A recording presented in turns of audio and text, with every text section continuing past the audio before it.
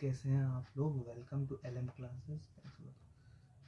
तो hello guys, आज हम पढ़ेंगे केसीएल, जिसे हम कहते हैं किरचॉफ करंट लॉ।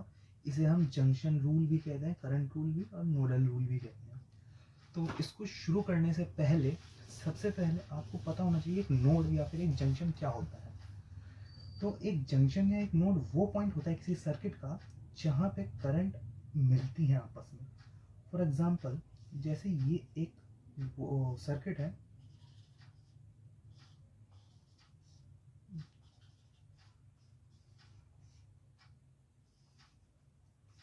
ये एक सर्किट है जिसमें वोल्टेज सोर्स है V, R1, resistance R2, R3 और R4।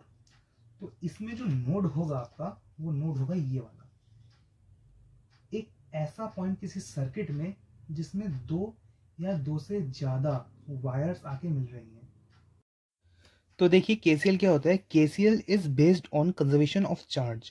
केसीएल जो बेस्ड होता है वो कंजर्वेशन ऑफ चार्जेस पे बेस्ड होता है। That is charge can neither be created not be destroyed. Charge नहीं क्रिएट कर सकते ना डिस्ट्रॉयड कर सकते हैं। It can convert from one form to another. इसे एक फॉर्म से दूसरे फॉर्म पे कन्वर्ट कर सकते हैं।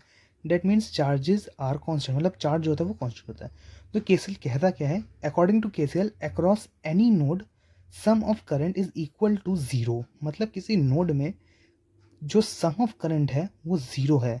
या फिर हम इसे ये भी कह सकते हैं, we can say that the incoming current to the junction is equal to outgoing current.